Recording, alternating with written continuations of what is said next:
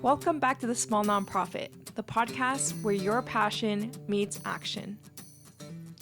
Hi, friends. Today I'm talking to Kamilah, and I'm really excited about what we have to share with you today. We're talking all things future of work and how the way that we work is changing and why we need to change with it. So I'll just hand over the mic for Kamilah to introduce herself. Hello, hello. Hi there. Thanks, Maria. It's great to be here. I'm Kamilah Martin. I'm the founder and CEO of Katalyst. I started out as an independent consultant after I transitioned from my nonprofit 9 to 5 role. I was a VP of an international humanitarian organization. And during the 2020 Great Resignation period, I was one of those great resigners, I guess.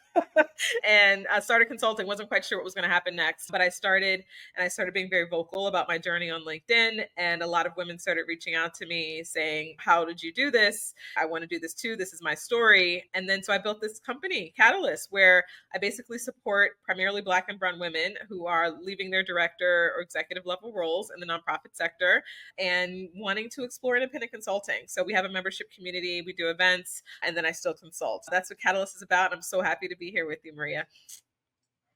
Me too. And I'm a little bit happier to be talking about consulting as well because that's something that I felt was the future of work when I was joining Cindy Wegman's cohort when it came to the Fractional Fundraising Academy, where this felt very innovative, this felt very different.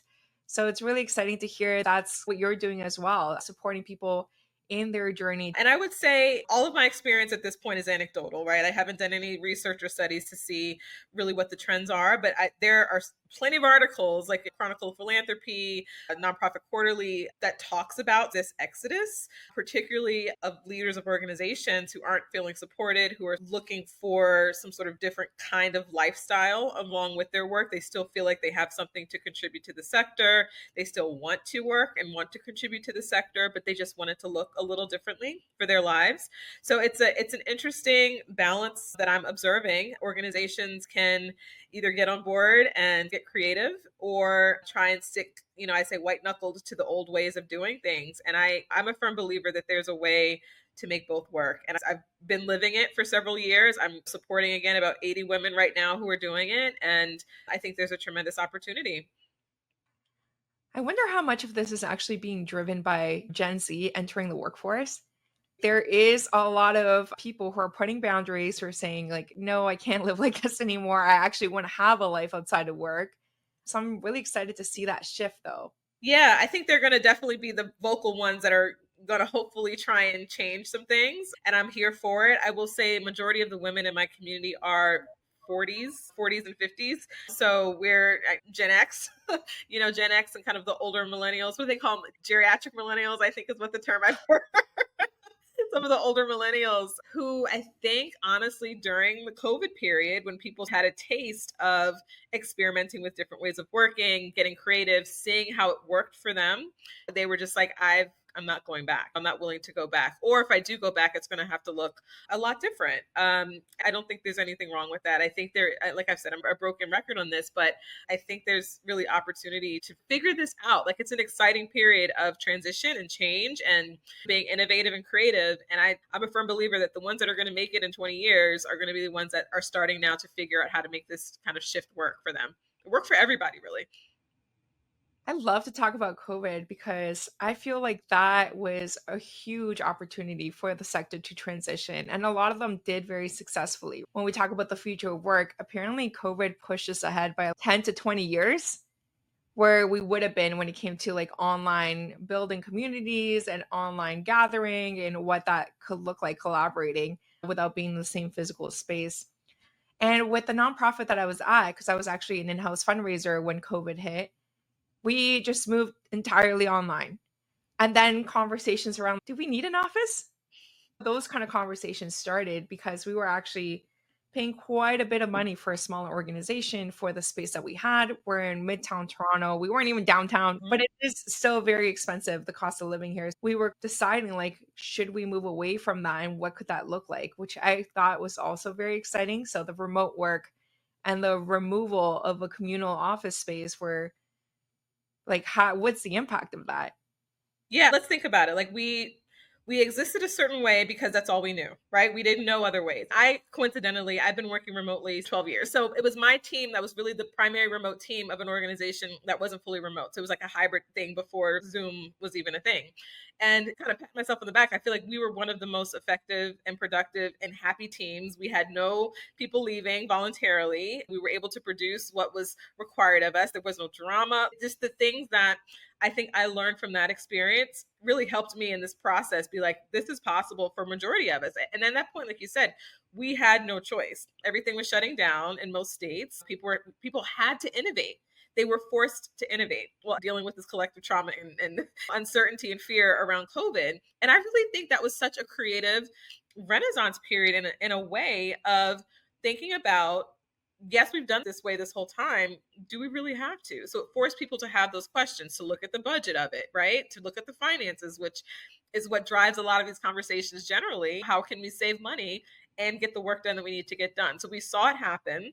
I think some organizations handled it better than others for various reasons, because perhaps they weren't ready internally to look at everything that needed to be looked at to make it successful. They weren't willing to transfer the money elsewhere to think about online convenings or potential technology that could support us in these environments. But I think it really was an opportunity for folks to be like, let's take a step back and let's start basically from scratch to figure out how we can do what we need to do in a different way than we've already done it. And it worked for a lot of people. And I think the ones that didn't work for are the ones that are desperately trying to get everyone to come back into the office. And that's the tension. Some people want that. And I think that's absolutely fine. And I think there's a growing group of people who don't want that. And I think there's a way for us to figure that out. Like, it doesn't have to be an us versus them. It doesn't have to be a tug of war. I believe in us. We're a very ingenious kind of species. We can figure out solutions to these sorts of problems. Do you often hear people kind of resisting the future of work? It's like, oh, but it's not fair to the program staff.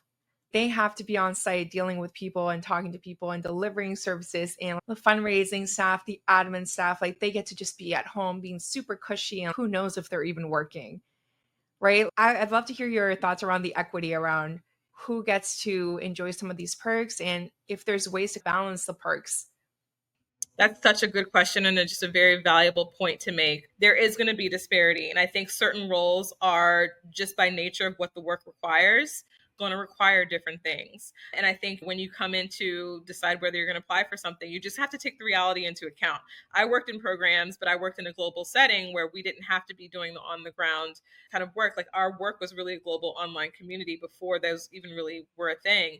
It's just the reality of the situation. One way you can balance that is by perhaps offering a different kind of time off schedule, or a different kind of, if someone has to go in for in-person stuff, then maybe there can be alternate schedules, so not everyone has to be on and in person all the time. There's a way for us to answer just about every problem and challenge that is thrown at us. A lot of it is just recognizing what needs to happen and what the reality is, communicating that to anyone who's interviewing and hired for the role, and then figuring out a way to make it equitable, get staff buy-in. What do the staff think? It's knowing what the reality is and what it has to be. It doesn't have to be some top-down decision. You should be getting input and feedback from the people that are going to be most impacted and who might have the equity challenges. They can be the ones to help you come up with a solution. That's a good idea. I don't know why that didn't immediately come to mind, but that's a great place to start, to have the staff tell you like what feels good, what doesn't feel good, and it's a whole team buy-in. When you're talking about like top-down decision making, that's where I usually see the innovation get stuck. So for example, there was an organization that I was working at where I was saying like, hey, we can actually pilot a 4-day work week. I think that could work really well at our organization because the staff is amazing. They're just such strong staff. They really believe in the cause. They put 150% into it every single day. Like, how do we make this a better place for them to work, especially because, nonprofit salaries are not the highest. So how can we add this perk for them to want to stay and retain our employees and keep them happy? But the pushback that I got was, we can't do that. We run a food bank. We would have to close. But my solution was we could alternate, as you were saying, alternate the schedule. So maybe half the staff work Monday to Thursday and the other half work Tuesday to Friday. But there was just such a pushback to actually wanting to move forward with this. and not because it would affect programming. So it was a little bit hard for me to understand and also keep moving those changes forward. So if you have any advice to people who are trying to implement the future of work at their organization, what do you think that would be?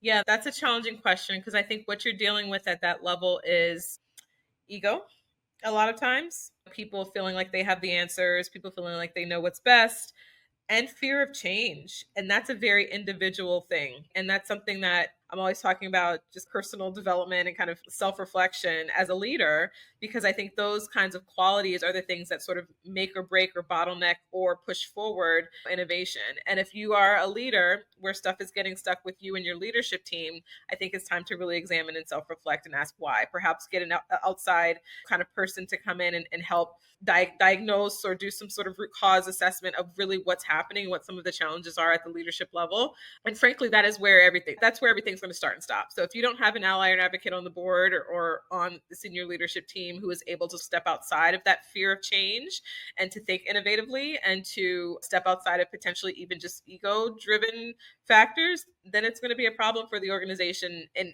anything that you're trying to do to innovate. I mean, period. Honestly, if you're micromanaging at that level, if you're not open to listening and changing with the tide, you're gonna you're gonna get left behind. My advice to people in those situations is to see if you have an ally somewhere within the organization who is has some sort of decision making, quote unquote, power. And if not, and if it's something that just doesn't align with you, then perhaps it's time to look elsewhere. I hate to say it, but if it's something that's not aligning with you and you have a passion and you believe something can be done differently and everyone is hell bent on that not happening, then maybe that's just not the right place for you. Have you seen how nonprofits approach leadership and governance change over the last few years as we have all these conversations around the future of work?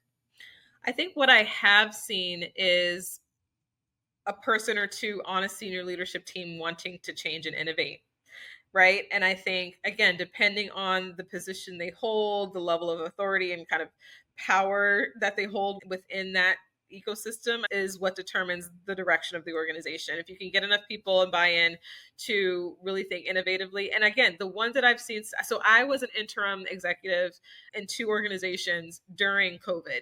So we were having those conversations of, okay, we're working from home. How do we support the team? How do we get the work done? We were having those tough conversations. And then towards the end of it, we were having the return to work conversations.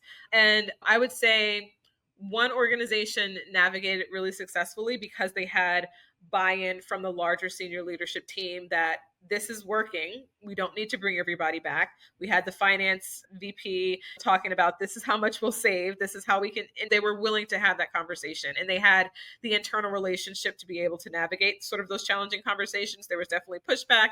There was definitely conflict, but they had the trust, I think, internally to be able to navigate that. And then I've seen some that are just like, absolutely not. And those are the ones that are dealing with high staff turnover. They're the ones that are dealing with, low culture and staff morale. They're the ones also that are dealing with impact in their programming, right? And I think it all trickles down and is part of the whole equation. If you don't have a senior leadership team and board that's functioning, you're going to have a chaotic or programming team who's not going to be able to do the work that they're doing. So it all works in concert with each other. And I would say the ones that I have seen do it well are the ones that are open to changing and open to exploring and open to having like entrepreneurial almost mindset of what can we try and do differently and innovate and pilot and fail at and iterate on. So I think that's the spectrum that I'm seeing. I have seen so many innovative things happening lately, and I've just been so happy with what I'm seeing. I just want to shout out some of them. Nonprofits starting social enterprises, I think, has been a really interesting thing to see firsthand. Of you had this idea and now it's making you $2 million or it's making you $700,000. Any amount that you're making from that is very based on that entrepreneurial spirit and the ability to try something. And if it fails, but at least you tried it. And if it succeeds, there's a lot to there's a lot to gain. There's rewards to reap. So that's one. I'm also talking to another guest on the podcast who is here to talk about the transitioning of assets from one organization to another. For example, like a program no longer works in your organization. So now you're going to move it to an organization where it makes more sense. Those are two really amazing examples. And I think I'm going to just go back to a lot of it is ego. There's a lot at stake when you're the executive director at an organization, right? You feel a lot of pressure to make sure there's success. You have pressure to raise the funds. You have pressure to develop and execute impactful programming. And I think the ones that are able to step back and take themselves out of it and really look at the really real what's happening, like you said, this program isn't working for us anymore. This isn't really our strength anymore. How can we partner or transition to our services somewhere else? I think partnerships are really incredible when they are done well within our sector, and I don't see them done enough because there's still this competition and scarcity, and instead of partnering, we'll develop the exact same program that someone else is doing, thinking that we can do it better, which I think is insane. I think partnerships are really a good example of how people are innovating. Obviously, I think listening to staff and the power of the pilot and giving people some runway to try things on their own without having to get approval from every single person in the organization. That's another thing I always advocate for. Make sure there's something that everyone on your team can answer and do on their own without having to get approval from 5 different people. Because I think the agency that offers and the innovation and creativity that offers when you're able to just be in your bubble of, I want to do this, I want to try this, talk to people that you think need to be involved, but not have to get signatures and sign offs and all that kind of stuff. Everyone should have something that they can own, I think, within their space. So I think the organizations that are able to do that are being pretty innovative and seem to be navigating this transition fairly. I want to touch on something that you said around giving yourself the permission to fail, to try something new, to pilot it.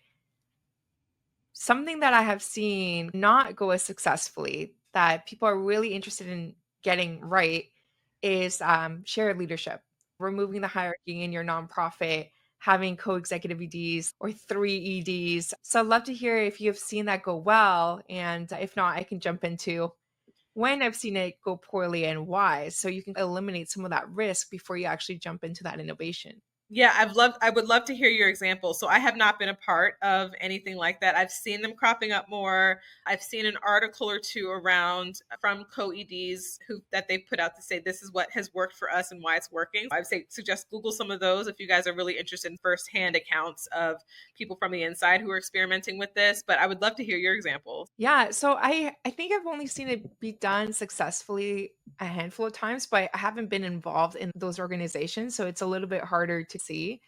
But the time where I saw it not be successful, one of the structure of the organization needed to change. This was not going to be moving forward anymore because I think one of the EDs wasn't holding up their side of the bargain or something like that. But anyways, now the board's looking at these two EDs thinking, okay, how do we move forward? And they were unable to figure out how to get past constructive dismissal. So, what did we do with this person who was a program person before? Do we offer them their previous role that they were better suited for? This was just a little bit out of their depth. Or do we let them go? Because otherwise, you fall into the risk of constructive dismissal if you offer them a role that is below the title and salary that they're currently getting paid. So, it kind of created a possible liability for the organization because it is a contractual relationship. It's an employment agreement. So that falls into its own set of laws outside of the organization. So that's why I wanted to bring it up because there's some pilots that you can't go back from, right? Like you're piloting it and it'll be a year or two before you're able to undo what has been done. But that doesn't mean that you shouldn't try it. And I've seen organizations do it well, but it's quieter when they do it well. It's not as obvious. There's no big scandal or anything like that. Yeah, and I mean, I just wonder by the nature of a pilot, if everyone has a finite end, and the understanding is that there's going to be an evaluation of whether or not this has worked after a 9 month period, then I would think that could help alleviate some of that challenge. But I think if it's, of course, an open-ended pilot, we really don't know what the terms are and what the structure is and what the goal is ultimately of experimenting with this. I just think there has to be some kind of foresight and forethought into that process so that you don't get to a point at the end where you're trying to scramble and figure out what it is that you need to do. So that would be my only recommendation there. Just like really think through. And I'm going to push the consultants, obviously, but there are probably people out there who are change management experts who maybe have a framework for you to kind of look at or purchase or whatever, or get some kind of consultation around how do we set up the structure so that it can sunset peacefully if it needs to revert back to something else or try something else. But that's the definition of a pilot, right? You try something, and if it doesn't work out, you should be able to say, okay, this doesn't work out. Let's move on to another type of model with everyone on board and understanding what that is and what that means and looks like. I like what you're saying because it's not innovation for innovation's sake. It's what are your goals? Because sometimes you don't even know. You just started something and you're like, I want to be more equitable. And but how does this do that? Does it do that? Or do you now just have two EDs? Like, how are you going to track that it does that? How are you going to evaluate that? And where does the rest of the staff actually fit in? And my thing is, you don't have to figure that out on your own. Like, this is just where my brain is now because I work with consultants all the time. And there are things that I never would have even considered as people having expertise and experience and frameworks and all kinds of things in that they can very easily help you answer that problem. So you're not spinning your wheels with someone who doesn't know, trying to figure it out. Like, bring in, and this is a relearning I think that we need to do in our sector, because you don't have to have all the answers, and you don't have to sit and have 25 million meetings to try and figure it out and have the board who that's not their expertise. There are people out there in just about any area that you can think of that you're struggling with, that you want to innovate in, that have done this or that have really put some thought into this and have seen it successfully or can help you navigate some of the challenges. I just hope that in our sector, we really recognize and understand that there are people out there that really can support us. Whenever we're dealing with hiccups, if we're butting heads and, okay, this isn't going anywhere, find those people that can support you to navigate through those challenges. I want to take a second to shout out Rachel Beerbauer here because we were both at that conference where she was showing us the way that she's innovating kind of stewardship and automation and really leveraging some of the tools that nonprofits might already have available to make their job easier. And I think that's a really easy spot to do innovation, like stewardship and solicitation when it comes to automating reminders for you to then reach out to that donor and having your CRM do that automatically for you. I think there's a lot of room, and I'm really excited to actually see the programs starting to do it themselves. When it comes to the technology side, are you seeing a lot of nonprofits start to adopt AI or not really? Mostly ChatGPT still? I would say mostly chat GPT still. It's like it's still in those early stages where folks don't really know what to do with it. But again, I'm going to say there are people and experts out there that can coach organizations through some of the opportunities that are on the table so that we can make sure that we are keeping up with everything that's going on so we're not being left behind, and also so that we can make our lives easier in the transition so this new kind of way of doing things more seamless.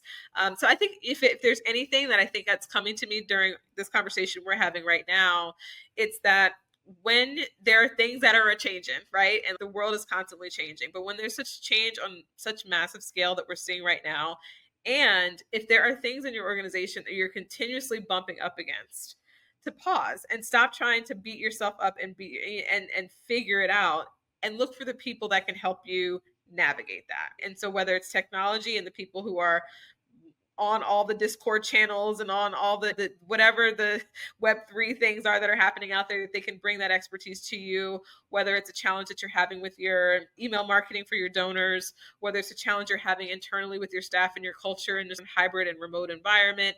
There are people out there who during this period have realized that this is my expertise. I'm going to zone in on that so that I can support organizations through these areas. So my suggestion is always to budget a little bit for some external support. You don't know what's going to come up, but something is going to come up, and you want to be able to quickly react to that challenge and need, and potentially bring someone in who can support you through that, as opposed to spinning your wheels for 4, 5, and 6 months when you can have someone who can help you figure something out in 4, 5, or 6 weeks. And I think that's a lot of the difference between our nonprofit sector and the corporate sector. Like, they're quick to be like, let's bring someone to help us figure out this problem. Let's bring someone to help us think through this. And nonprofits are like, we can do it. We're going to figure it out. We have no budget. But I think with a little bit of forethought and planning, even if you just set aside, honestly, if you're a small nonprofit, a few $1,000s to be able to bring in someone for whatever challenge might come up for you, or whatever you want to just get some outside perspective on. It doesn't have to be something you're dealing with it as a challenge, but it could just be someone who can bring of knowledge from all the people that and organizations that they've worked with as a consultant or as a contractor. I think I just like to encourage us in this time of transition to recognize that there are people who really enjoy working that way and are really good at it, that can help you solve your challenges a lot quicker than you trying to figure them out on your own. I feel like that speaks to how we view money and how we view our own time and like the worth that we put on the time of nonprofit staff. So thanks for saying that. I think it's really important to prioritize the time. You have such skilled people in house who could be flying if they just had the right information, and just getting that information from a consultant in, as you were saying, like 4 weeks versus 4 months is a huge difference. Yeah, and I think it's again a mental shift between scarcity, money mindset, or whatever. Like in our sector, we're all competing for dollars, right? Unless you have some sort of larger revenue generating activities in your programming, that's going to help balance those things. But a lot of the way we're structured is that we are constantly begging, let's be real, for support and philanthropy and individual donors. And that's just a huge part of the operations that we run. And I think if we can get, again, out of our heads of we don't have the money for that, and instead shift into the how can we find money for that? Where can we move things around? Who can we ask that we haven't asked? What audiences can we approach that we haven't approached for this sort of thing? That's the innovation that I'm talking about that's missing or reluctant, I would say, in our sector. Like we get there, but only after crazy things have happened and it's chaos. And I think we can innovate and we can do those sorts of things before we put that kind of burden and stress on our leaders as well as those who are implementing the work. It's a mental shift in the way that I think we operate. Oh, and I wanted to mention that because a lot of the examples that we've been talking about have been behind the scenes, but when it comes to innovation, you can actually also do it through your programming. And I have such a good example because last week or the week before, I was talking to the CEO of a food bank in Regina, the Regina Food Bank in Saskatchewan. And what they're doing is something called food transformation. So basically, they have an excess of lentils and they don't want their community members just eating lentils all the time. That's boring for them. So they have a process where they send their excess of lentils to be turned into like homemade soup kits.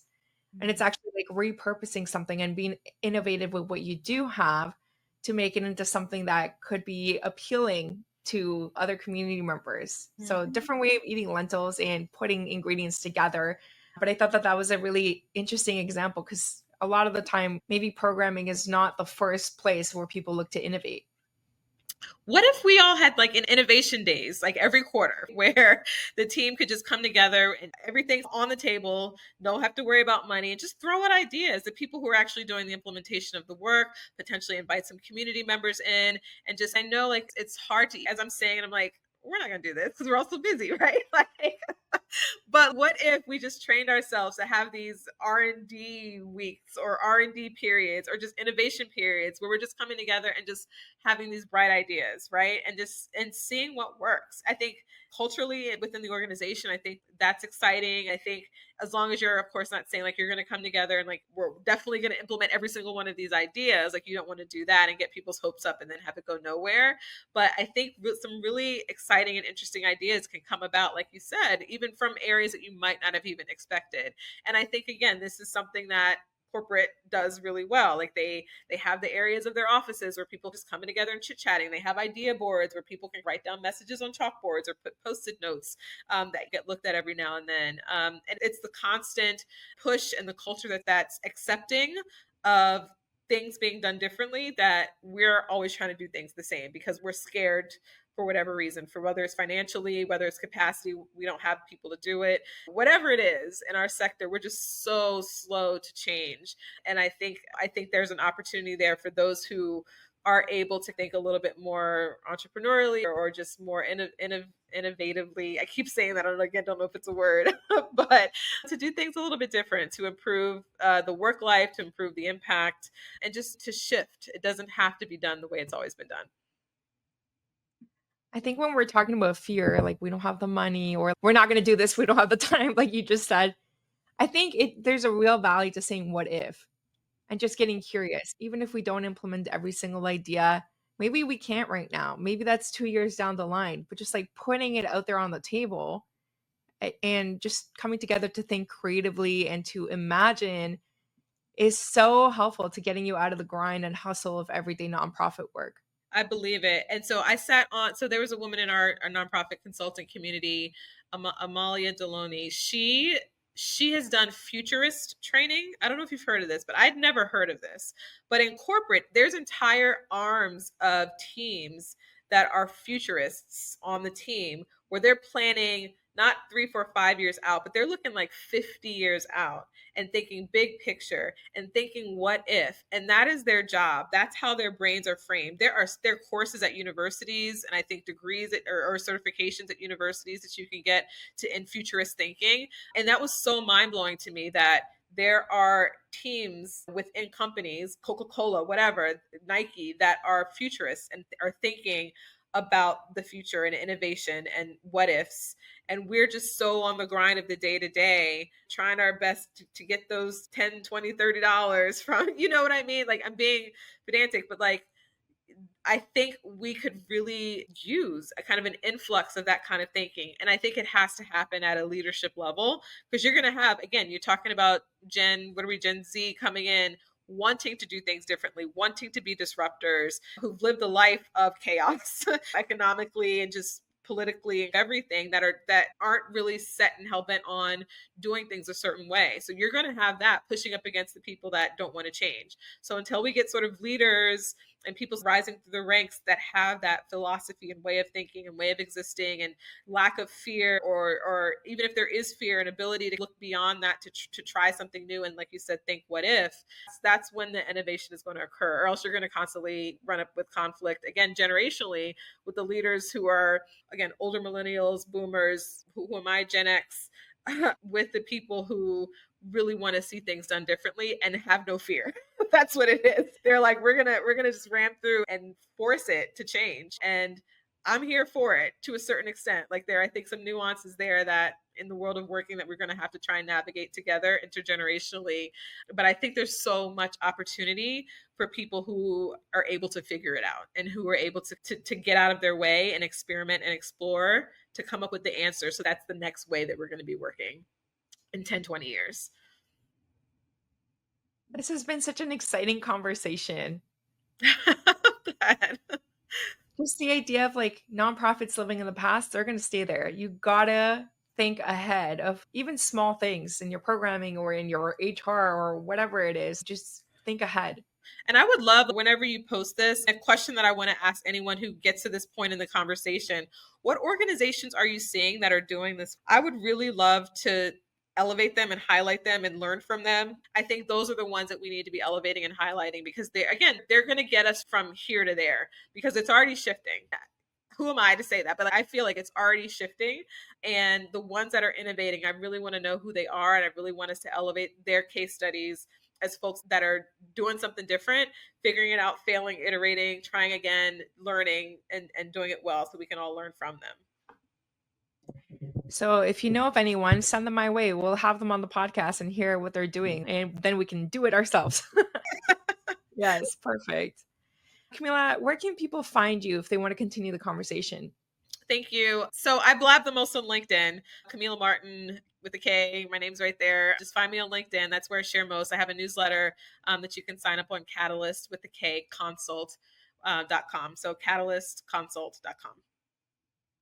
Thank you so much for being here today and for sharing your wisdom with our audience. Thank you, Maria. It's great to be here. And thank you all for listening to this episode of the Small Nonprofit Podcast. As always, you can see our lovely faces on our YouTube channel. So if you want to follow along with the conversation and see our hand gestures or anything like that, it is there for you.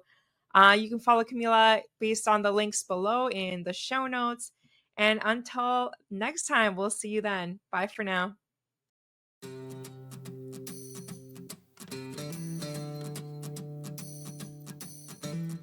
Thank you for listening to another episode of The Small Nonprofit. If you want to continue the conversation, feel free to connect with our guests directly or find me on LinkedIn. Let's keep moving money to mission and prioritizing our well-being. Bye for now.